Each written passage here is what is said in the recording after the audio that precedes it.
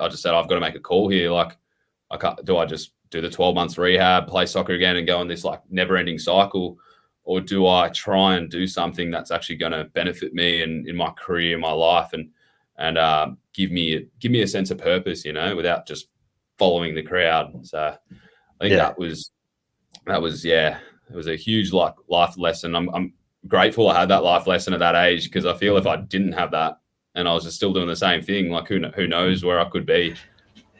Today's Sport is Life guest is James Whitty, a young man that I coached in football about 10 or so years ago. He's a man well beyond his years. And today you're going to learn about how you can turn some massive setbacks into your life into finding purpose, to creating a career that you love, and to be able to impact so many different people in a positive way. I'm Ian Hawkins, and this is Sport is Life. The purpose of sport, as I see it, is to see your vision become a reality. Find your voice, create strong connections, and learn to trust your body.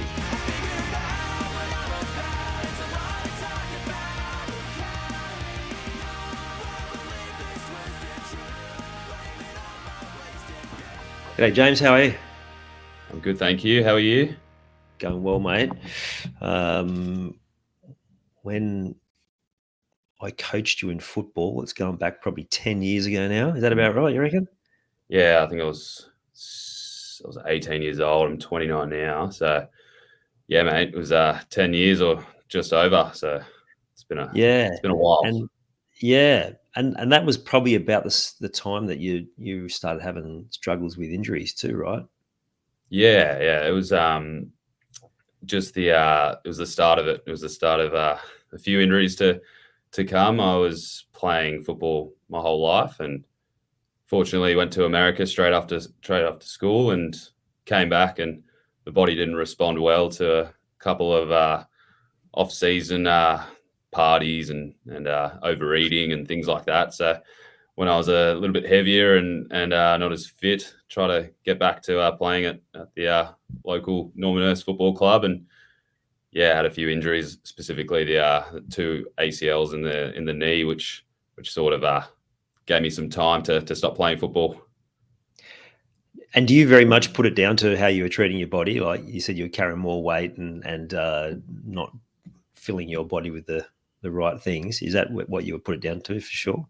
Yeah, 100%. I think there's obviously freak accidents when it comes to injuries, and no two injuries are ever the same. But I think the majority of any sports person's injury does come down to either lack of recovery or poor preparation, or and that could come from fitness levels, nutrition, sleep, anything. And specifically mine was just going out as a 18-year-old, 19-year-old after a few years in America. So then the body just wasn't used to it. My brain was telling me I was still young and fit, but my body was telling me I was about 10 years older than what I was. So.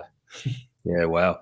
And actually, the memory's coming back to me now. You went to America to play football, right? Yeah. So nothing crazy. Like I wasn't a pro or college D1 or anything like that, but I did have the opportunity to play at a D3 level. And that was probably the highlight of my football career, if you want to call it that. It was had about a year and a half of actual playing time. I was there for 2 years, but about a year and a half of actual playing, and that was two times a day training, 5 times a week in season, sometimes playing twice a week. So the body was definitely fit, healthy, everything back then. So in the in one of the off seasons I did come back, and I think that's when you were actually coaching me. Was I came back in a period, so it was summer over there, winter in Sydney. So came back and played, and that's when yourself was coaching the team. Yeah, right. From what you just described then, you wouldn't have had time to go out and do any partying, and you would have had to be putting the right fuel in, right? Because you just didn't have time for anything else. Yeah, absolutely. So you're basically a student athlete. So your goal is just to study and train. So it wasn't Did you have aspirations though to take your football further? Like, what was the motivation to go over there? Yeah, definitely. I think absolutely. My goal was to see how far I could take it. I think like just being completely honest and humble. Like I was never a superstar. I was never playing NPL level. Back in Sydney for men's or anything like that. But seeing a pathway in America, I was like, I'll just see how far I can go. Yeah, I did have opportunities and trials at places, but I just didn't get selected. And how it works over there, and probably in most countries, is they're selected visa spots. So if a college or an actual semi-pro team, they only have 3 visa spots. So if they're picking 3 international players, they have to be good. They don't want to be yeah, an average defender or anything. You have to stand out. So I think for me, it was just the big standout factor. I always had hard work ethic and turn up to training, things like that, and I was fit, strong, did the job what a coach would do. But in order to get selected for that next level, you do have to stand out because you're versing so many people, and it's the most played game in the world. So you're up against it. yeah. Now you're a personal trainer now, and we'll get into the story of how that happened. But my memory was you were always pretty strong anyway. Is that something that you had naturally had? Is that physical strength? Yeah, I think so. My growing up, my mum's from Papua New Guinea, dad's Aussie, and in Papua New Guinea, they're mostly village people, or if they're in the city, they're hands-on working, in the mines, or they're working jobs that are physical labor. So I always was quite active, fit, strong, and myself, I got into the gym from 15 years old, or whatever the earliest you can get at Thornley plus fitness, right opposite the McDonald's over there. And just went to the gym pretty much before school, after school. I loved it. So it was a pretty easy sort of transition to become a PT from there. Yeah, right. And you talked about your mum and dad's background. Like, did you always live here? Did you live over there? Like, No, always lived in Thornley, Sydney. Yeah, grew up here. My mum lived in Papua New Guinea. Dad was an expat, worked over in Papua New Guinea. Met yeah, her and brought her back to Sydney and started a nice family in Thornley. So I'm Aussie, but mum's basically the Papua New Guinea, and I just hold on to that to have some difference about me. yeah. Oh, I think about like what I know in from a sporting context of the Papua New Guineans who play in Australia. They're always like hard as nails and like physical, right? So it's obviously it's very much a genetic thing. You mentioned before, like when you started having those injuries, it was because you weren't particularly treating your body the right way. With an element, you've just come out of 2 years of pretty intense training and discipline, and then you're looking at all your mates going out there and having a good time. Was there an element of like playing catch up almost? Yeah, absolutely. It's you go to high school and you're surrounded by the same group of friends, and you miss them, and you're in a different country. So you the first thing you want to do is hang out with them and spend time with them. So at that age, spending time with them and hanging out with them is in the clubs and at the bar. So Yeah. yeah, I had a lot to catch up on. Yeah, I bet. Now, we'll leave this behind in a minute, but I'm curious. I think about myself at that age, going to another country and not being with my family. Like, I wouldn't have had the confidence to do that. Like, is that something you've always had? Is that ability to take on something like that, or was it a shock to the system? Like, were you scared, nervous, all those things? Like, because how old would you have been when you first went over? I was 18, pretty much 2 months into being 18 when I Yeah, went over. I was born March 25th. Went over pretty much May 1st. So yeah, it was about 2 months after I was 18. So I think to answer your question, like I'm a bit stubborn by nature. Like I'm sort of taking forward the timelines here, but I'm now in the sunny coast, and I kind of just picked up my things and and moved from Sydney. I don't ever. I think that's been a thing of mine for ages. I'll just once I get my mind set on something, I just do it. Obviously, I needed to weigh up the pros and cons, but if the pros are there, I just sort of go for it and think about it later. And in the American part, I think it was great. I think I was so glad that I had that confidence to go. It probably was up until maybe the 6 months of me being there, where it sort of kicked in, and I was like, oh, I'm not here for a holiday. Like, this is home now. And that's when I started really feeling like homesick, and wanting to see mum and dad, have a home cooked meal, and not just because I was rubbish in the kitchen, so I was cooking my own food and just getting takeaways on the weekends and things like that. So definitely miss the luxuries of having mum and dad around doing the laundry and all that stuff. But yeah, I think having that nature of just being stubborn has always kind of stuck with me, and I've had it ever since a young age and even till now. It's good. Well, not necessarily the stubborn part, but the fact that you're prepared to take that on. I think it's a bit of an Australian thing, isn't it, to go on a bit of a pilgrimage and do the travel, and you learn a lot about yourself. That was me in '98. I was a bit older, and traveling the world and having to take on. I remember when I was staying in this place, and one of my flatmates was vacuuming, and I'm like, oh yeah, like I'd never actually thought about the fact that we've got our own place now and we have to do that sort of stuff.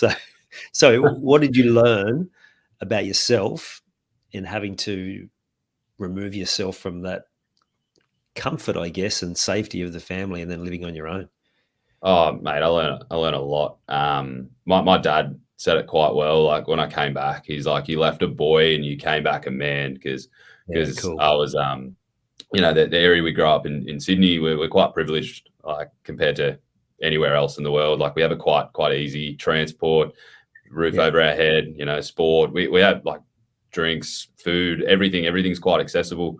When you're off and in another country, albeit it is America and it's the same thing, like, you are by yourself, and even things, as you said, with vacuuming, like, I never did that. I was quite I was quite lucky. Mum sort of just, I'll just do it. And yeah, obviously I did household chores, but there was things like I never really washed my own clothes. Mum just like, just chuck it in there. So day yeah, one, getting there, doing my own washing, doing my own cleaning, vacuuming, doing everything. That I was like, oh, these are little things. And then getting a car, getting it registered, things like that. I just borrowed mum's and dad's car and have my yeah. own phone bill. Just I was 18, and like, I was doing what a man would do.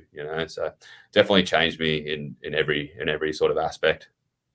Yeah, right. That sense of independence. Do you think? Like, what was it you reckon your dad saw in you that he made that comment? Oh, yeah, it was definitely independence. I mean, he's probably looking at his little boy, like, that he's always been babying, and then he's come back and he's like, what the heck? He's getting the lawnmower out, and he's mowing the lawns, and he's, doing household duties, taking himself to the doctor, he's doing everything on his own, which he was shocked. He was normally just, quite used to him being the man of the house and doing Yeah, everything for me. yeah. Would have been a proud moment, I'm sure. Mm. I also think that, like, it sounds like you got great role modeling of what the right thing to do is. Like, for me, it's a second nature to be helping out with those things because that's what I saw, right? Like, so while you may not have ever had it done for you, you'd seen enough of it to know that, okay, well, with a bit of guidance, I'll be able to do this easily. Yeah. Mm. Yeah, definitely. I Yeah. think guidance is what everyone needs. Hey, you can do it on your own, but I think it gets to a point where you are going to get stuck. Whatever it is. Hey, like in your Mm. line of work or my line of work, it's the same thing in anything. It's like, you can do everything on your own, but you're going to get to a point where you're going to get stuck, and you are going to need guidance from someone who's been there before, who has the experience and knowledge to guide you through that process. Yeah, and we're going to get more into that because I want to hear about your experience in exactly that within your personal training business. But let's get to how that actually came about. Despite the fact that you'd done a heap of gym and you were naturally strong, you said that a real turning point for you was those injuries, right? And so athletes, when they get a bad injury, it's a shock to the system. They can't do all those things they used to. The emotional toll for those athletes who then get re-injured, particularly the same sort of injury, and they already know the length of rehab and the physical and mental and emotional toll that's going to take.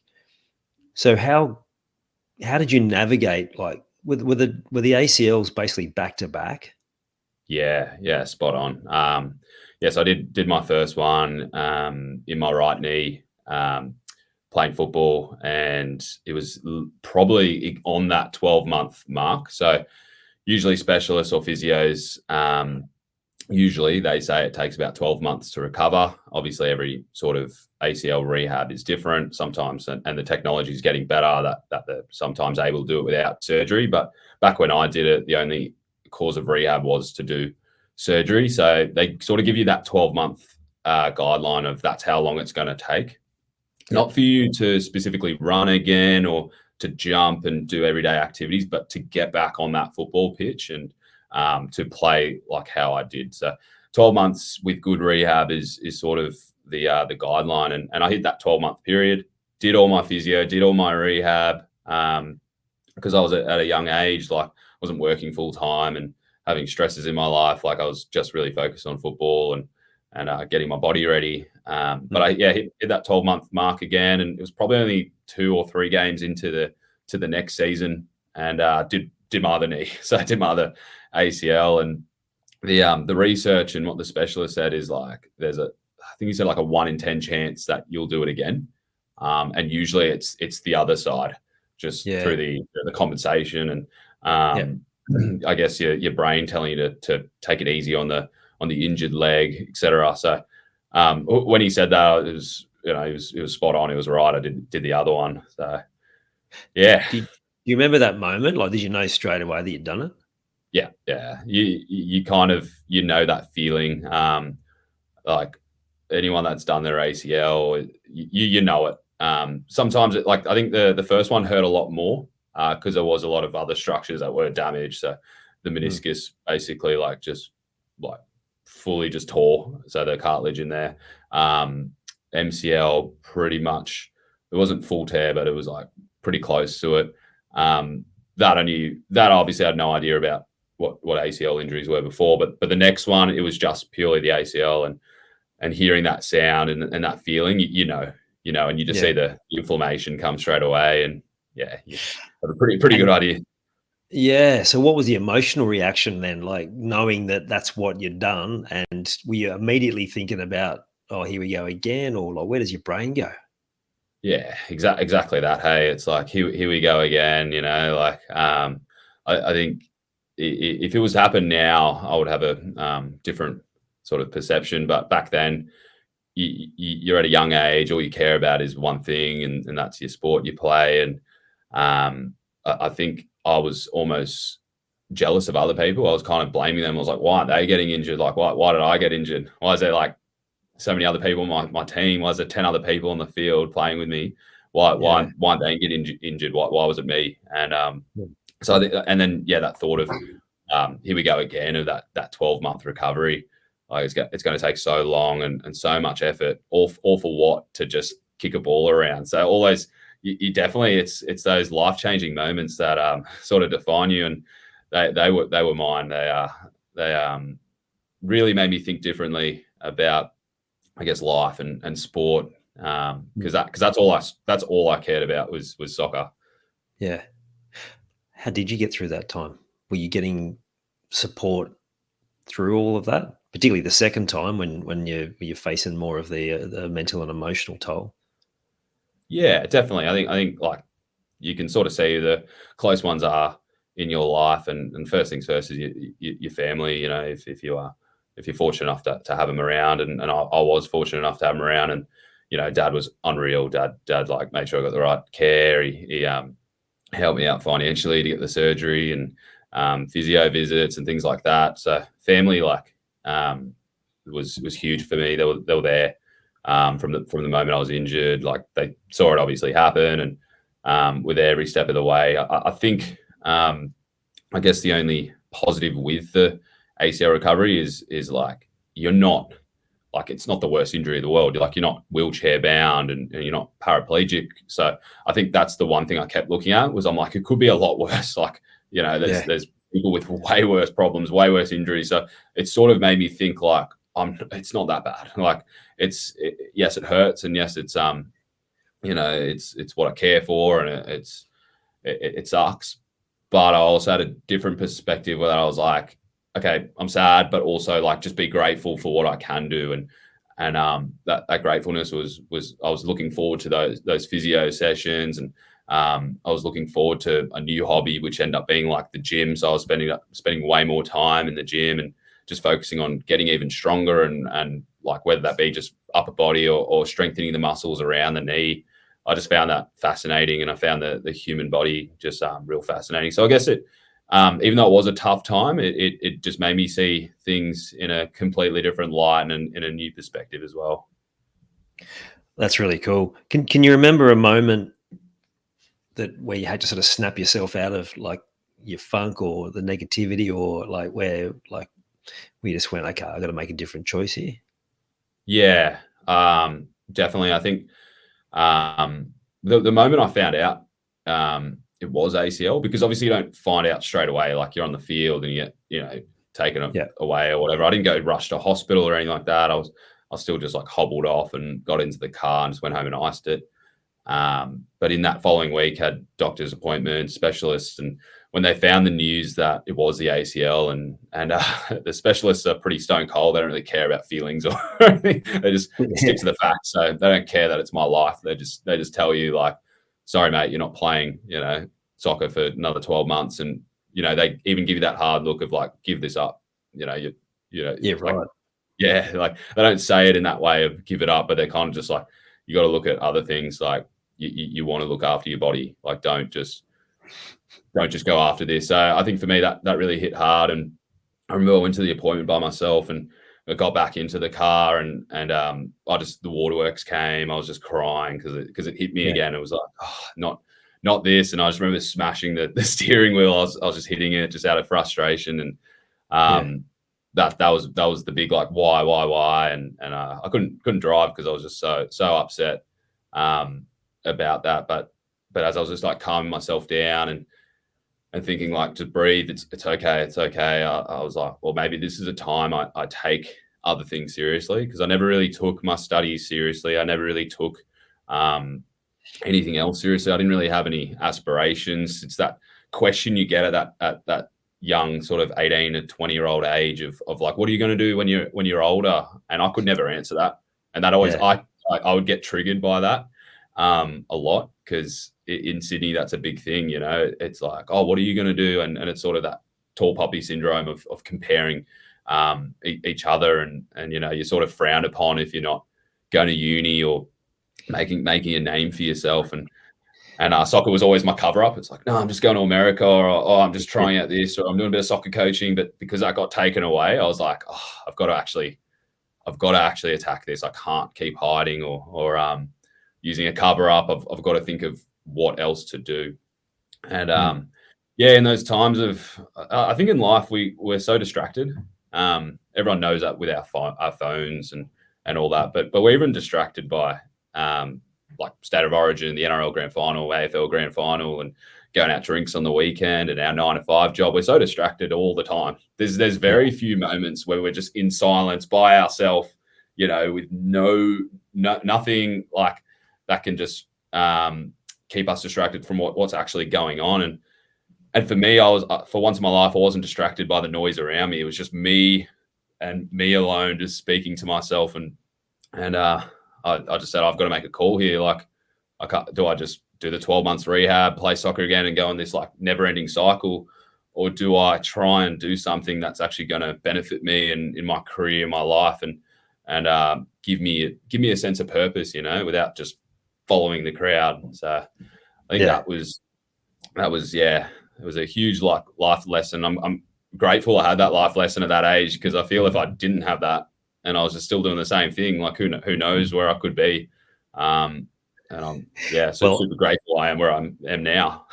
Yeah, well, I can tell you how it goes, because I'm just thinking about the wisdom of your reaction and being well beyond your years, because I was the same. I didn't know what I wanted to do, and you're probably like my youngest going through the HSC at the moment, and in that same position, doesn't really know what they want to do.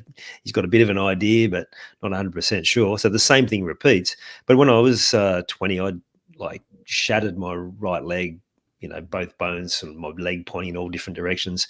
I didn't have that moment of, all right, you need to change things. In fact, it probably went more the other way. I was like even more into that. I was just going to football and still drinking just as much, and that just continued. And then once I was fit to play it 2 years later, I was just back into that thing and just going with that, and for years.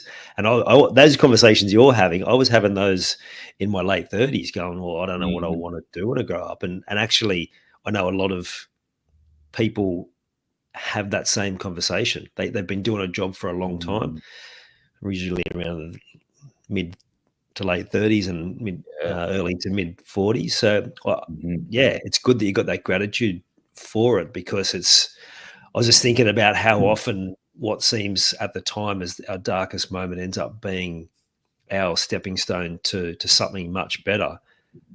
So how do you then go from that moment of going, okay, I've got to take advantage of this, into then building something else? Like, was it like an accidentally falling into personal training, or like how did that journey begin for you? Yeah, so I think when you're at your lowest, for me, that was definitely my lowest at that point in my life, was you got to look at what you've got around you. And for me, I didn't have much in the way. I didn't have a degree. I didn't do well at my HSE. Didn't really work any good jobs. I could climb the corporate ladder or anything like that. But all I did have was a passion for fitness. I loved training. I never looked at it as like a chore, which a lot of people do, in school. They're like, oh, I've got to do the beep test. And it's just like, they're giving in sick notes to not do the swimming carnival. I loved all that stuff. I was like, give me another day off. I love to put me in any sport, touch footy. I just want a day off school because I just love sport, So always was around sport and just loved it. So I think for me, I was just looking at like, what do I have up my arsenal? And like the only thing I had was sport. So I was like, what can I actually do with sport? And I try to think big and all these like grand things, like sports doctors and things like that. But I also had to be realistic and be like, I don't have the academics or the work ethic when it comes to studying. I don't have that yet. So maybe let's just like pull the bar a little bit down and not taking anything away from PT, but just more like it's a bit more achievable. And you don't have to spend years and years at uni. So I guess I just went out on a whim and just went, let's just try be a Cert 3, Cert 4 personal trainer. And I guess that wasn't the goal. The goal was actually to be like a strength and conditioning coach at football teams and things like that, to learn from my mistakes.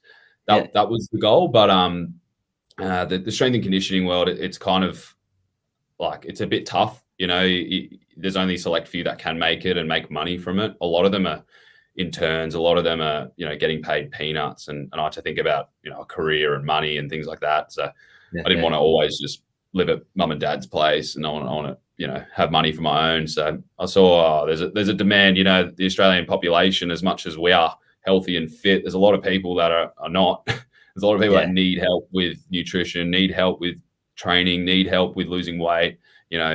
Confidence. Like there's so many things, and what I loved about PT was it was just an open, broad spectrum that I could cover so many things. It wasn't just like so niche. Like just sports specific strength and conditioning. It was like I could cover so much. I could still do that with a young athlete in a gym. There's no reason why I can't. There's no reason why I can't help someone's confidence outside in life. There's no reason why I can't do that with personal training. So it definitely steered me towards that. I had a lot of time to think, wrote down pros and cons of it, and it just got me into starting a career in that. That's cool. Have you got an example of you don't have to give their details away, but where you've worked with someone where it's not just helped them physically, but they've just had these breakthrough moments in other areas of their life because of the confidence they've got from working with you? Yeah, definitely. You threw me on the spot here. I think like, I don't want to put a statistic on it because I'd be making it up, but like if I was, it'd be like, honestly, 90% of people when they come to me is for confidence. Like it's actually not. It's not to do with a specific weight on the scale. They're not coming to me for a bodybuilding competition. They'll be going to someone else for that. They're not coming to me be a power lifter. So when I ask him questions, it actually just ends up being like, hey, I'm just not confident in my skin. I'm not confident at work. I'm not confident at the beach. And yeah, I try not like harp on that and focus on that's the area of concern. Let's fix that. I just try and keep him occupied with like, well, let's just make your daily habits better. And if I was to answer your question, like there is one guy I do have and just finished up with actually my time in Brisbane, but he was 201 kilos when I first had him. So like, and it me and him get along very well. So he might mind me saying this, but he was the biggest person I've probably ever seen and chatted to. Like it was, and when we finished up, he was 127 kilos. So which sounds like a lot for, a lot of people, but he was 6'5", I think 6'4". He was a big boy. So like for him to lose a lot of weight like that, that's so what was he at? What was he at initially? Did you say 201 kilos? 201 kilos. Yeah. So it's like I've never chatted or to anyone like that, not because I've been rude, but just because I've never been put in a situation like that. And you do have a lot of empathy for them. I think a lot of people just blame them, blame. But it's like, imagine you having an extra 100 kilos on your back every day, like holding a backpack and trying to just walk upstairs, trying to just get off the couch, trying to just, mow the lawn, that would be tough on your joints, tough on your body. And it just make you feel like rubbish all day. And for him, like getting down that weight, he just turned into a new man. Like the guy didn't really speak to me. It was pretty funny. I trained him 3 times a week at 5 a.m. and I'd ask him like, "Hey mate, how was your weekend?" And he's like, "Good." And I was like, "Oh yeah, like did you get up to anything?" He's like, "Nah." I was like, "All right, sweet, let's do it. First exercise." And he just wouldn't chat. And I think he was one focus on let's just train. I don't really want to be your best friend, but also 2 is probably just a bit, going through something in life. And I think we all, as I said before, I was going through a lot in my life when I did my injuries. And for him, he was just like, man, I don't want to chat and anything like that. But then the funny thing was when we finished our last session, he's chatting to me, "Oh, I'm traveling to Tasmania. I'm doing this, I'm doing that, or got promoted at work, and I'm going on a few dates." And I'm just like so proud. I was like, that's unreal. I remember our first sessions, or not even first sessions, first months. Like it went for months where he just wouldn't chat to me. He wouldn't and he didn't care unless he saw like tangible results. And then once he saw those tangible results and noticed the scale going down, noticed his pants were just getting looser and looser, he was just overwhelmed and happy and confidence just through the roof. So yeah, that's I think that's the definitely the best part of my work. I love seeing and you definitely resonate with this as well, is like when we're dealing with those people and you're seeing them, confidence goes through the roof and they're achieving life goals and personal goals and all that. It's amazing. Yeah, it's why we do it, right? It's like the seeing the impact it has on their lives from that whole level. Did he have a moment like while he was training, like almost like a breakdown of like not in a bad way, but like almost like relief? Wow, like I'm doing this, how good? Like anything like that? Yeah. Yeah, definitely. I think my certificates, or I even I didn't mention it before, but I ended up doing a bachelor's degree in exercise sports science. So at uni, in my certificates, in my own studies, they don't actually teach you how to deal with a 200 kilo person. They don't teach you how to deal with that. Like they teach you how to deal with general population, or there might be a unit where we're dealing with like some sort of obese people, but it's very generic, and the sort of tools they give you to deal with that, it's very basic. But there was so many more things that I was learning as a coach that I'm like, oh, I can't actually program this exercise in, because where the mirror is located in the gym, there's going to be a bit of like psychological going on. Oh, I can't actually program this exercise like a flat dumbbell press because his shirt's going to come up when he lays down on the bench. Oh, I can't actually program. Like there was so many different factors. Whereas with someone who was a little bit overweight, I wouldn't even think about, because I'd be like, yep, that's your program. So that was the program side. With the nutrition, like when it comes to nutrition, you just got to make sure they're in a energy deficit. So they're making sure that they're consuming less calories than they're outputting. So you can also increase their steps or increase their exercise to offset that. But they got to, at the forefront, they got to make sure they're eating less. And he was eating less. Like it sounds bad, but as a coach, you sometimes think they're lying. So I was like, are you telling me the truth? Are you actually, looks me straight in the eyes, James, I'm eating the food you're telling me to eat. Week after, I'm like, are you eating and he wasn't losing any weight. So everything I learned, everything I learned of the nutrition, everything I learned of the training, there was probably a 3 to 4 week period where he didn't even lose a kilo. Wow. And I'm like, this doesn't make sense. This dude has been gaming, eating trash for the last however many years. And then now I'm in the gym with him. He's pushing hard. Like he knew how to push himself, which was good. So I don't have to worry about it. He was pushing himself hard, training me 3 times a week. His steps were up. His nutrition was good. And he wasn't losing weight. And for me, I was getting pissed off because I'm thinking he's lying.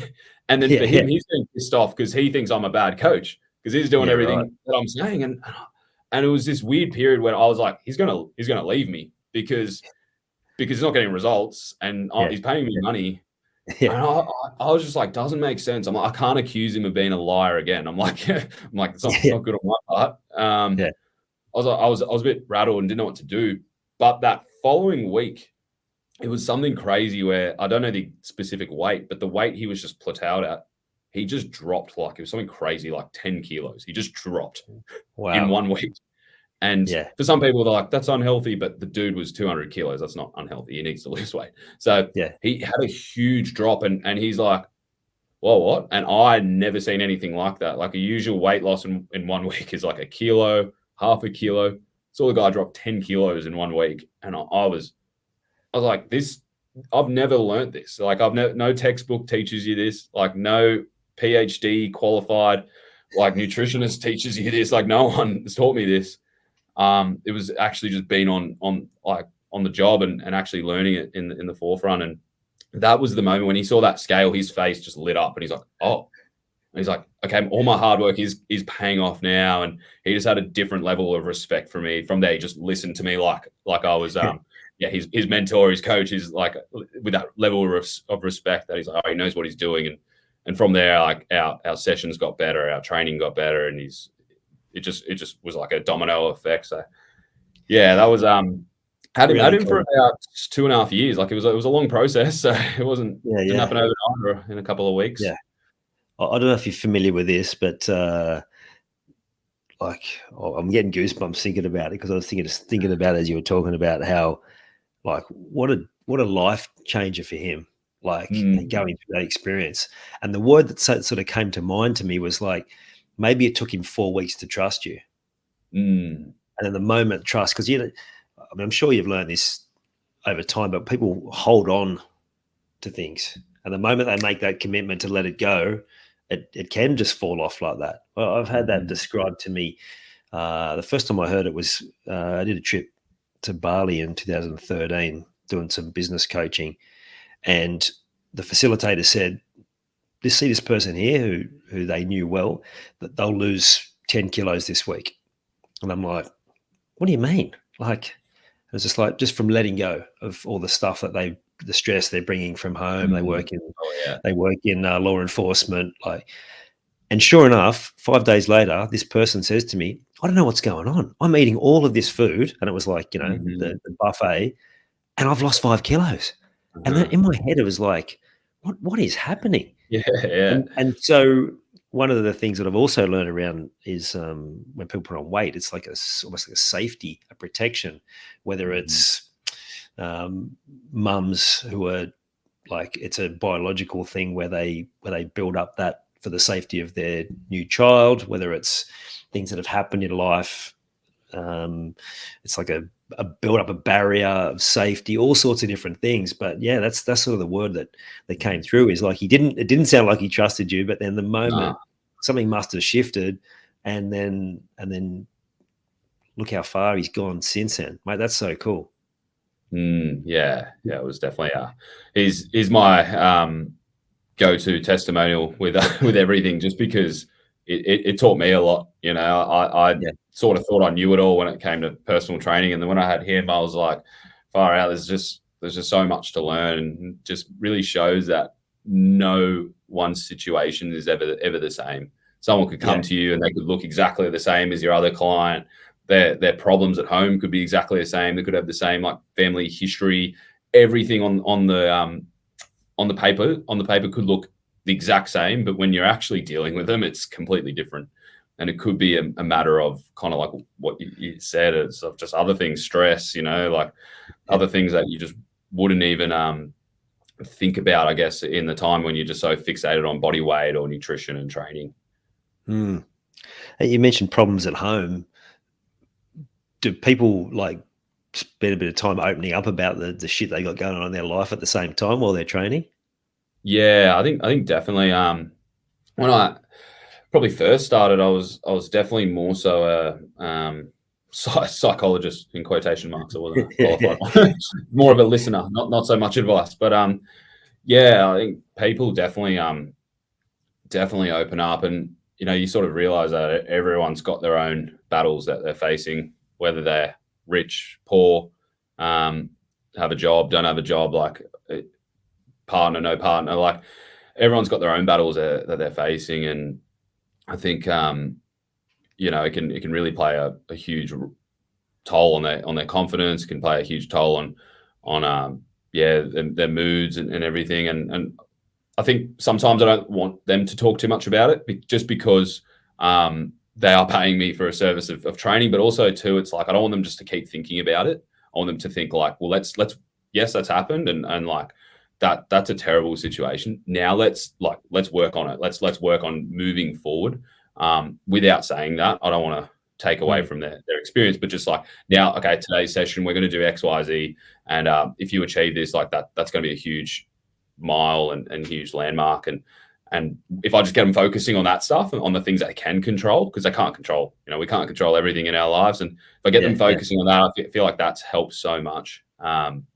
As opposed to when I first started, I was trying to listen to all their problems, was trying to provide some solutions, and I think there is times to listen. Obviously, I don't want to shut them down, but there's other times where I'm like, all right, let's work forward, because I don't want to just let them focus and dwell on the situation they're going through, because it could be pretty bad, and if they just keep getting reminded about it, then it's just going to make matters worse and worse. Like, let's actually move the body, let's feel good, let's get those endorphins happening.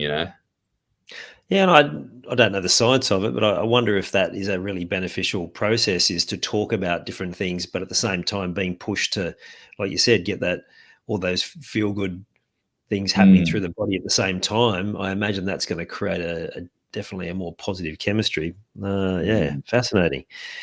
You mentioned before about how you're not taught different things when you go and study, and it made me think about like working in schools now is seeing and being reminded of how little we learn at uni for being a teacher around how to deal with people, how to deal with other adults, how to deal with children, like how to deal with different situations, unique situations like you were describing.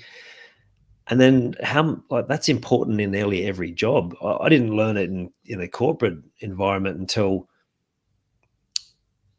probably I'd been doing it for nearly 20 years, and suddenly my eyes are opening to, that's why I was struggling in that department. That's why some of my staff couldn't do this or couldn't do that. It's not something that's done now, but if you were setting something up to train someone as a personal trainer, would you put those sort of elements in, like how to deal with the people side of it?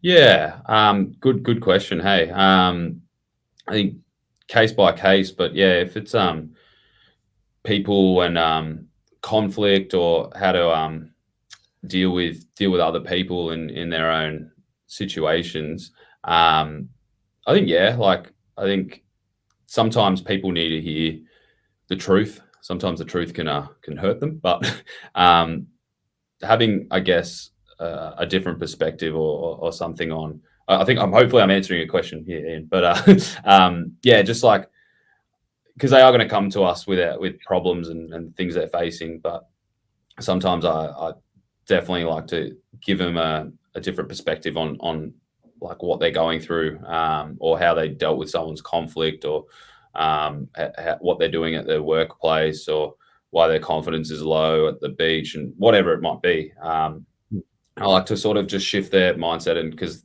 they're probably obviously thinking and feeling a certain way, and that's valid, but maybe they just need to hear a different side of it from a fresh pair of neutral ears. So, I hope that answered your question. I don't know if I. Yeah, well, I think it did. I feel like you're probably answering that as someone who's got a lot of help and mentoring along the way, and maybe underestimating just how much you've learned on the job about those sorts of things, because you wouldn't have known those at the start, right? No, definitely not. Yeah, yeah. And before we jumped on, you were talking about how important it was as a personal trainer to have a mentor. And you joked, but it's kind of right. You said, if I mess up, it's on him too, which I loved, right? Because that's one of the things that, like, I don't take on that from my clients, people I'm coaching, and saying, well, it's my fault too. But it's like they know that if something does go wrong, that they've always got that person to bounce ideas off and externalize and all those sorts of things. And you also mentioned it's like having two brains working on the same thing. So tell me just how beneficial it's been. And also you talked about how it's basically become essential to not just your business and livelihood, but to your life. Tell us a little bit about the importance of a mentor for you, James. Oh yeah, mentors are huge. I've had quite lucky and blessed to have had a few mentors in my past, which have definitely helped me in my career. I think when I first started personal training, I was a bit naive. I had the bachelor's degree to sort of have, as a doctor would in their office, to have as like a bit of a call to authority. Like, look at me, I've got a degree. I'm not just a Cert 3, Cert 4. And very easily I realized I'm like, there's a lot more to this. It's running a business. It's dealing with people. It's such a big, broad thing, and so much competition, so many gyms, so many PTs that you're up against. And what I saw a common theme and trend was the best personal trainers at my gym, at the gym down the road. When I looked into them, they all had mentors, and they all had someone that was helping guide them. And even asking my personal training manager at the time for guidance, they were like, yeah, definitely get a mentor. And so I already kind of had a good perception about that. I was like, oh, they must be good. So I was fortunate enough to have a few in my time. And before we jumped on this call, you asked me about how my business was going, and if I was scared to pick up my things and just leave, because I basically just left with no money, and moved to another gym and got to start a brand new client base. And it wasn't that just you that said that. It's all my clients told me that in Brisbane and in Sydney. They're like, don't you get scared that you're moving and you don't have that comfortability of stable income? And but I think that just excites me, and it excites me in a way that I know that if I do have a mentor, I'm in a better mindset and a better frame. If I was to go and just do it on my own, then probably, I would be terrified. I would be, very fearful and just going, oh, maybe I'm gonna fail at this. So like when we jumped on the call, you asked how am I going, and I've been 4 weeks at the gym I'm at, and I've already got 7 clients, and I've got a few other people that have inquired, so that number could grow. And the reason being is honestly, like, yes, my skill sets from the last 6.5 years of face-to-face PT, but also just by having a mentor. So I seeked out this guy. He's from Sydney, and why I like him is he walks the walk. He's still a PT in Bondi Fitness First, but he has about 20, maybe just less than 20 PTs that work under him or that he looks after. And their results I was seeing was crazy, like 30 sessions a week, 40 sessions a week, charging good money. And I'm like, this is crazy. Like, how are they doing it? And they're all just giving him praise and saying it's all him. And I've only done, what was it? So I've been 4 weeks at the gym. I've only done like 2.5 weeks of actual mentoring with him. And since starting with him, I grew plus 5 sessions. And I think having a mentor, it's just like, you've got a goal, you're working towards that, but you've got someone who's been there before, who's putting the tools in place, refining everything you've had before. So the processes, the systems that you've had before of either getting new clients or getting results with clients is now going to be sharpened. you got to be open to new ways of doing things.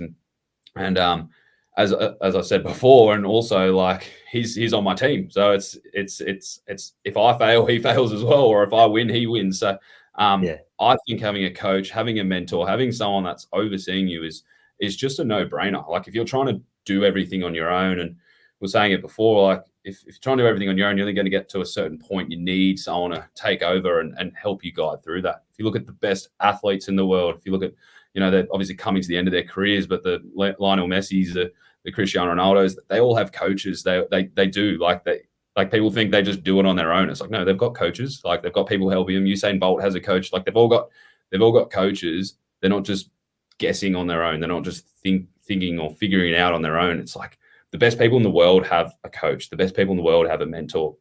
And it's like now, as having someone and being on the receiving end, other than just like looking after people, you can just really see the value. And I think it's sometimes people get scared about the commitment or the financial aspect of it, but the return of investment or the actual feeling of achieving results is just so powerful.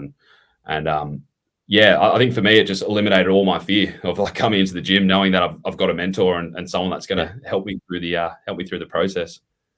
Yeah, so good. I loved what you said there. I was even thinking, like, I had last week off, public holiday. So yesterday was Tuesday, and I'm like, how am I going to get myself back into the work frame of mind?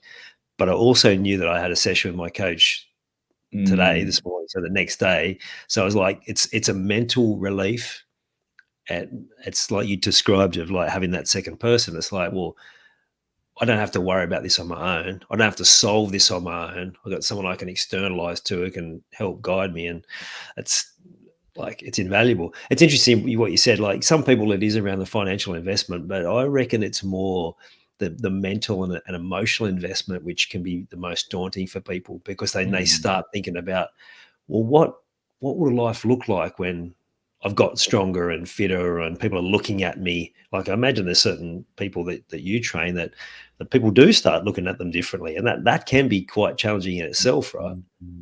Oh yeah, that's a very good point you make. Like I think sometimes people have a goal or they want to achieve something, but then they also realize like, oh, I'm going to be treated differently. I'm going to be looked at differently. I'm going to be a different person. Like I'm used to my normal life, So that's a really good point you make. Like, yeah, I think definitely everyone does have that emotional or mental sort of fear as well. Yeah. It's the uncertainty. Like we're creatures of certainty, and when things are uncertain, particularly about ourselves, it can be quite daunting. So I can understand why people like that, and I've certainly had moments like that myself. Where to now? I did have a question on the tip of my tongue, but it seems to have passed. Now, you talked about your passion for health and fitness, but you also talked about how good it feels to be able to help other people achieve their goals.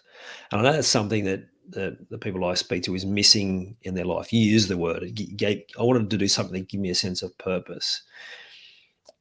There's a lot of people that maybe don't have that sense of purpose, and they're looking for it. So I know yours came through challenging circumstances, but would you have any advice to people, either talking about how good it is to be able to help other people with an area of life, like your body that you were challenged with, and then any other thoughts on how you can help them find more purpose in their life?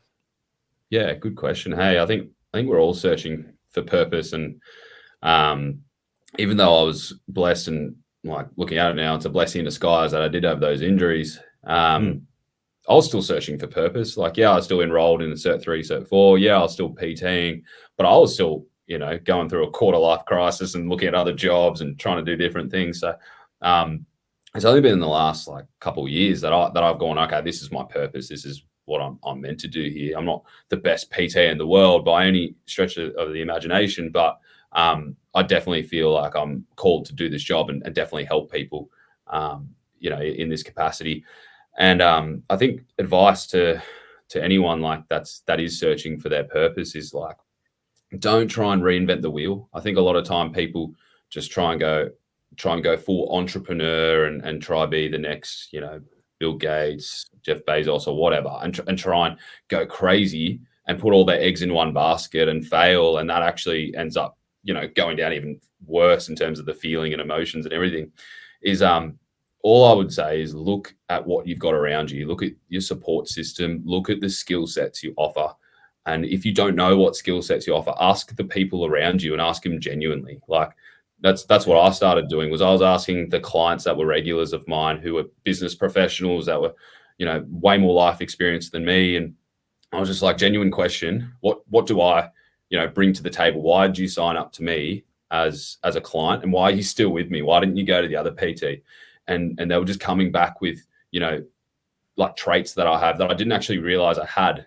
And that's what I have up my alley. And everyone's unique. Everyone's different. Everyone offers something else that I can't offer, that you can't offer, that the bloke down the road can't offer. So we're all unique, and without reinventing the wheel, without trying to just become, the next Bill Gates or whatever, is like, look at what you have and look what you can offer.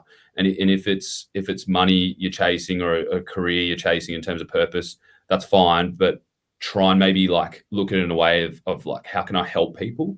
And yes, we all got to make money and put food on our table and have a roof over our head. But if you have a job where you're leaving the day or the week or the year where you're like, wow, I changed someone's life, and it doesn't have to be a PT or a mentor, as per se, but it can even be just like helping the elderly, or it can be I don't know, a job where it's a 9 to 5, but like a PE teacher, like it can be a teacher, it can be anything. We're actually genuinely helping people, and you might be doing those roles at the moment and realizing, oh, I've got no purpose. But just maybe switch your mindset and going, instead of me going for the money or me going for that promotion, let's just go in there, do what I got to do, but actually help those people around me, actually help them, because we're all facing battles, we're all struggling. So what better way? You're actually going to get paid to help someone. I think that's a great, thing. So I think if you're struggling for purpose and direction, just look at what you have and try and just help people in whatever capacity you can. Fantastic answer, mate. I'll definitely be pulling that out for a highlight, because that is just absolute gold. You're exactly right. It's not about going huge, and I think people think about around purpose is it has to be this huge world cause, or like going big, like you said, like those big names in business. It can be you just working out what you do well. Where do you add value? What do you know you already do well, and just do that in any environment that you're in. It doesn't have to be a business. It doesn't have to be any of those things. It can just be, comes back to ultimately helping people. And that is such a great answer, James. I think, sorry. And just to add to that, like what I was probably trying to finish on was just like, from there, it opens up doors. And I think you can probably agree with that. It just opens up doors into things that you probably never have thought of. And then like, for me, it's opened up so many doors that I'm just like, oh, okay. Like I didn't even think about doing that. Let's give that a go. And it's worked out for the better. So if you genuinely help people and you genuinely use the skills that you have, like that person on the receiving end will try and help you. They'll try and help you, whether it be a little side hustle or an investment or something else that may not be your 9 to 5. So don't just think, oh, I work a job and this is boring and I don't do anything to the community. If you actually just genuinely help people in whatever line of work you do, it's going to open up doors, and it's definitely going to help you in the long run. Oh, 100%. I love that. It's the law of reciprocity. You give, you will receive, and whether it's from that person or it being paid back by life some other way, it's so true. And I love what you said there about it opens doors, it creates opportunities. And there's two things that I've found, and this is true in life, and it's also true in sport, is when you have that sense of purpose and you also find your natural state of flow, then doors open, like opportunities come. I remember talking to one of my mentors when I was still at Fox, and I was frustrated because I felt like I'd been learning about business for so long. I just said to her, like, I just don't know when this is going to happen. What's going to happen? She just said, keep doing, making the impact that you're doing, which was like, I guess that's the purpose part. She said, and keep finding yourself into your flow, and things will happen. And she was exactly right. Like, doors open, opportunities come. So I love that. And also I want to ask you about that concept of flow. Like, have you had an experience like that one in football and two in business when you're doing your PT? Flow as in Well, like being in the zone, right? When being in the everything zone. just Yes, happens, yes, I'm yeah, with you. I'm with you. effortlessly. Yeah. I definitely in football, like I've always been a defender, so I've always been like a right back or a centre back, things like that. I've never been a 360 type of player in the midfield, like ripping up or anything. But in America, there was a period where I was in the zone. Like I was, it's my second year over there, and training so much and playing with like very good footballers. I was finding myself towards the end of the year of just scoring every week, and the players around me was laughing, like, "How are you scoring every week?" And I'd just pop up at the right place at the right time. I'd just jump at the right time. And it was nothing I practiced. I wasn't out in the park like practicing shooting like 24/7 like a striker, but I was just in the zone. Like everything just opened up to me, and it definitely was my mental state. Like I was just so much more calm, and I was just so much more focused. And I think if you do all the hard work leading up to it, like it doesn't just happen overnight. Like I think it was because of that long period of just like fitness, a long period of match fitness and skills, etc. It's like playing with when you're playing with, you would know this, when you're playing with better people all the time, like all the time, you obviously just natural, you just get better. And I was just getting better and better, and I was like, wow, everything's sort of working out for me. And there was a period where I was just like in the zone, just scoring every week, and I was laughing because I'm like, I never scored when I was back home in Australia. Like I'd be mocked upon, like, oh, another year without scoring, like, and so yeah, I was definitely in the zone there. And I think in the other context you asked, you said football. I think the other one you said was in work. Was that right? Or Yeah. yeah, I think in work, and like I think probably like there's two parts to my job. Obviously, there's like being a good coach and helping my one-on-one client, but then there's also like growing a business. Like you're running a business at the end of the day, and like I definitely feel at the moment I'm probably in that flow just because to go back is like I've got that mentor, I've got everything in place, and I think sometimes it's hard in my job because I want to help people, but I'm also like there's a transaction at the end of the day. So there's that tough balance of like, am I trying to just get their money or am I actually trying to help them?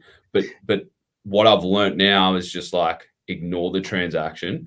You're just go and help everyone. So trying to put this simply, like in the gym world, or as a PT, every PT knows you actually need to walk on the gym floor and chat to people and build up those connections. And one day pop the question of like either offering them a free session or asking to see if they'd be interested in investing into a personal trainer. You've got to, and that's the scariest part of the job. That's like everything else is easy. The Instagram content, the referrals, all that stuff's easy. In terms of actually walking on the gym floor and speaking to a complete stranger, interrupting their workout, making them take out their headphones, that's the scariest part of the job. And I used to hate that because I felt salesy. But very recently, like to answer your question about being in the flow, like because I've just changed my perception of like, no, I want to help that person. Like they're doing an exercise, they're doing it fine, they're not going to injure themselves. But I'm like, I really want to help them to learn it properly. And it's like without me interrupting and acting salesy, I'm just going to come over like a mate and just like, can I help you? Like, do you have time? Do you have a minute? I want to help you. And it's just changed so much. Like I never knew that. It's like, thanks so much. Can you show me something else? Love to show you something else. And it's like, are you interested in a free session? It's like, yes. And then that's what they've been wanting the whole time. So, so it's like, they've been like, no personal trainers actually talk to me in the gym. That's what they'll say. And I'm like, oh, it's because I was, fearful and I didn't want to interrupt them. And then now it's like, just don't worry about the money, just actually help. And I've just been doing that every day, and I'm in the zone. And that's what's been just sort of reaping the rewards, is like people like this guy just comes and helps everyone. It's like, this is great. I'm in a gym where the PT just comes and helps everyone for free.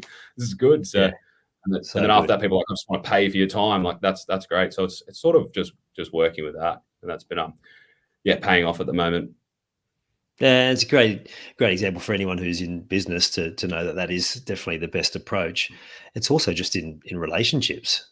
It's like how often people go in, and I've been guilty of this myself, is like, what am I going to get out of this? Instead of thinking, like you've described, how can I help here? How can I be of service? Because it does come back to you. Oh yeah, You need to have boundaries in place, and there are some other sort of finer details you need to go into. But if you're ready to accept whatever will come back to you, it will absolutely come back. You've given some great descriptions at the back end of this podcast, James, around some things that I like to talk about a lot, and I know how important they are, and so I thank you for that. What other learning have you done? Is this just knowledge that you've got through working with a mentor from having your own business, or have you actually pursued your own personal development knowledge and growth? And if so, can you share some of the sort of key learnings you've had on that journey? Yeah. I'll try and answer this question very efficient, because I sometimes go on a bit of a tangent rabbit hole. So I'll try and answer it as efficient as possible. Go wherever you like. So basically, yeah, I've always been trying to be the best version of myself, and I think everyone wants to, and I think that's a great trait to have. I think, like, if you're not trying to do that, you're just wasting time, because life's not guaranteed, tomorrow's not guaranteed. So it's like, if I'm not trying to be the best I can in my health, in my business, in my marriage, if I'm not trying to be the best that I can be, I'm just wasting time, and like, who knows what could happen tomorrow. And so I think for me, like, getting into the PT world, I really loved the whole personal development. So I was fascinated with podcasts. I was fascinated with books, textbooks, and learning about the body. I was always fascinated of, like, how can I be the best version of myself? And so I read all those, the top books, that bestsellers and all that, and sort of just drew, parallels or ways that could help me with my life. And as I said, mentors and things like that, they've really helped. But probably in the last, it's been about 2 years now, where I just went, again, the old stubborn me. Like, when I just want to do something, I just go all in and just think about it later. I think in sport, like, it's great because it's a sport podcast. I was looking at, like, a lot of like, top athletes, and like, a lot of top athletes obviously go through those defining moments, and some of the athletes, like Marnus Labuschagne from the cricket, Jurgen Klopp, the ex-coach for Liverpool. Oh, off the top of my head, I can't. But Bukayo Saka, like, a lot of them had a faith, like, they had faith. So a lot of them would either believe in like Islam or Christianity, and I think for me, I was like, I found that interesting. I found, like, them having something that's, I guess, not temporary in this world, something that's, like, always there, like, that they can hold on to. And if they're struggling, whether that's through injury or whatever, I thought that was kind of cool. So yeah, like, to answer your question, in the last 2 years, I think having faith has been huge for me. Like, having faith has actually taught me so much about myself, because if I am, and I still do, like, I still do personal development through podcasts and books and things like that. I still do that, but having faith and something that, like, doesn't change their core principles, I think has really helped me. And just, like, I've gone a bit of a rant here, but what was huge for me was Bukayo Saka in the Euros, when he missed that penalty. I don't know what year, but the guy copped racism, like, 18-year-old kid copped racism from the English supporters. And for me, I was like, if that was me, I'd go through a mental health crisis. Like, the whole country wanted his neck. Like, and I remember seeing him. Didn't he get subbed in for the shootout as well? Was that one? Yeah. Got subbed in, and tough as. And the experienced players, like, didn't take the penalties. They made this 18-year-old kid, take a penalty and just cop it from the whole country, and they blamed him for losing the game. And I saw him in an interview, and they asked him, like, how'd you get through that period? And he's just like, I just had faith. I thought that was so powerful. I was like, what? I was like, he's like, yeah, I just have faith. Like, I have faith. And I thought that was just powerful. So I was like, well, I gotta try this thing. So to answer your question, like, just stubborn me just went all in on the faith. And I think once I sort of have had that faith, and it wasn't just like through like identity or anything like that. It was like genuine belief. It changed a lot of my perceptions of sport, changed a lot of perceptions of business and helping people, and sort of just defined who I am. And I really sort of found my purpose through that, and knowing that, you know, tomorrow's not guaranteed, but if I have faith in what I'm doing and what I believe in, I think that's huge. And there's plenty of other sports people, I just can't think of the top of my head. So many others that have faith, and I think that's probably a big reason why they made it to that next level as well, is because you see a lot of athletes, you know, do really well, have the talent, but they just don't make it to the next level. And there's a lot of people that just have that faith but they do get to the next level. Yeah, so good. And I love how you've explained that, because it doesn't have to be religious. It doesn't have to be, like you said, it doesn't have to be an identity. But I think it was Steve Jobs' interview, he was talking about, you just got to have faith in something, whether it's karma, whether it's in life. You have to have faith in everything's going to work out. And that positive way of looking at it allows you to then pursue some of those things. And that stubbornness that you talk about, it sounds more like determination to me than stubbornness. Yeah, I should call it that. Yeah, because I was going to ask about that, because words, it depends how we look at them, but I'm like a fan of finding the version that actually feels more positive. But yeah, it's having that faith in yourself. And I love how you described it, in faith in what I'm doing and what I believe in. So good. And if you ask the top performers what separates them, or you ask their teammates what separates them, they all say the same thing. And it's and they have a belief in themselves. So where does that belief come? Well, it would definitely be completely intertwined with faith. They just know if they put in their best. I remember them talking when Shane Warne passed. It was like people were asking about him, and he was they talked about his insecurities, and he'd come after a day and ask, was I good today? But at the same time, they said, why was he good? Because he just had a self-belief that just couldn't be messed with. And we can all have that. We can all have that faith. That is one of the best answers I've received, I reckon, in probably about 300 interviews. Wow, good. So well done, mate. That's a cracker. And I never quite know where these conversations are going to head. I knew there'd be something good in this, because there always is. But the what you've talked about and everything you've learned around purpose and around that determination, the stubbornness, as you call it, that the faith, mate, so powerful, and people are going to take so much out of this. Is there anything else that you'd love to share with people who have listened this far, and about how they can bring more of that into their life in the future?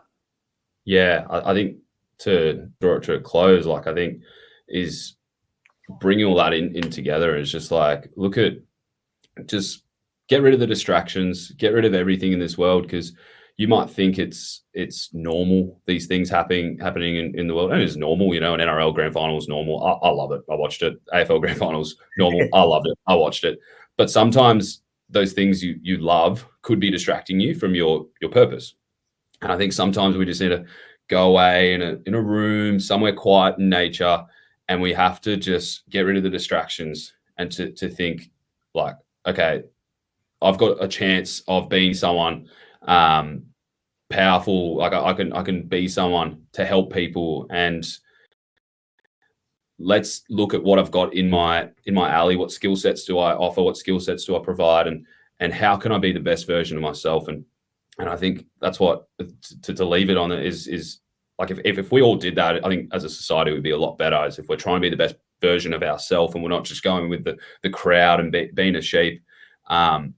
Is figuring out, you know, who we are, what our purpose is, figure out where we want to get to for our goal, whether it's business, financial, relationship, like what's our goal, where do we want to sort of head, and seek out guidance from someone above you that's done it before, to get to that next level. And then from there, your own ability and even someone's help's only going to get you so far. So you're going to come through trials and tribulations. So you're going to have to have faith, because if you don't, there's your mentor's not always going to be there with you. Like your family's not always going to be there with you. Your friend, your partner, there's going to be a point where they're at work that they're doing something else, or you can't rely on a physical person. So you've got to have faith, and you've got to have faith. So I think time, or what we talked about today, I think is just great for anyone. And I hope the people that are listening can sort of draw some parallels from us discussing today. So good. For me, those distractions, I just made it part of my business, so that way it's not distraction; it's actually part of purpose. So maybe people could take some motivation from that as well. I was also struck there where you said, sometimes you've just got to get away from everything and get into nature. And I wrote this word down earlier in the interview when you were talking about that moment when you were injured and you had that moment on your own as well. It's presence. It's actually having that time to just be in your own space and contemplate. And I'm a massive fan of meditation. It's huge for allowing that space. If you're not quite ready for meditation, yeah, absolutely. Like James said, find some space in nature or just some time on your own to look at things a different way. So I wanted to add that because I had written it down and circled it. I don't know why I hadn't come back to it, but it was obviously meant to come back at the end to wrap it all up. James, thank you so much for coming on, sharing your wisdom, sharing some of your stories. That case study, so powerful. I reckon he'd be pretty happy to hear that you've used him as an example as well.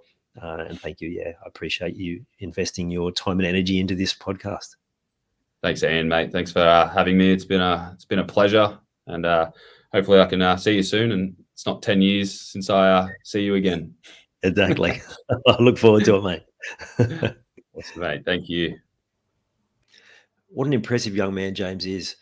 So many great lessons there. Being able to deal with setbacks, finding the mental strength to overcome countless injury setbacks. But the best lesson that I would, if I was you, take and add to your game plan is to be able to take that time to remove the distractions, to pause and to take some time to ask yourself, how can I be better? How can I actually make a difference, make a bigger impact, and find that sense of purpose in your life? If you are on the Sunshine Coast and you want some face-to-face PT, make sure you check him out. But he also does online personal training, so we'll make sure he's got his links there in the show notes.